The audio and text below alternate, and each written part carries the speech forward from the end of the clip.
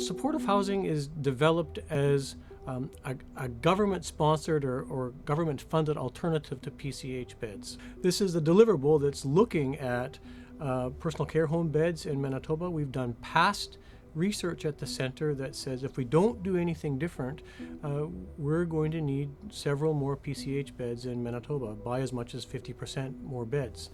About 1 in every 10 people that go into a PCH are clinically very, very similar to people that are in supportive housing. So the story behind that then is that, well, rather than expand PCH beds, there's also a very, very good option to expand supportive housing, so that on a move forward basis, that 10% of PCH residents could potentially stay in the community.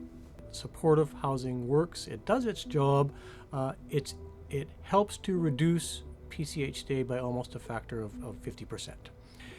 Everyone in our cohort pretty much has some type of informal caregiver that helps them out. If you look at supportive housing, those informal supports are very, very healthy. Only about 10% of them say, we can't help anymore. We ourselves are starting to deal with some health issues. It's much more expensive to stay in the community than it is to go into a PCH.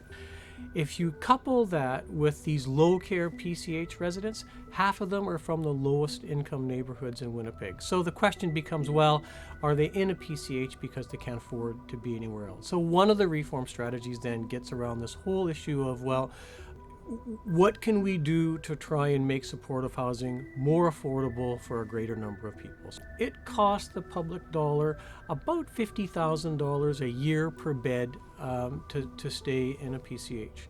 The government contributions to go into supportive housing at the same time is around $17,000 to go into there. So if you compare the differences between those two, there's a fair amount of cost avoidance that can go on. So the good news behind all this is that if we extended supportive housing versus PCHs, there's potentially money to play with, if you will, in terms of putting some of these reform strategies into place to help make supportive housing realize its capacity.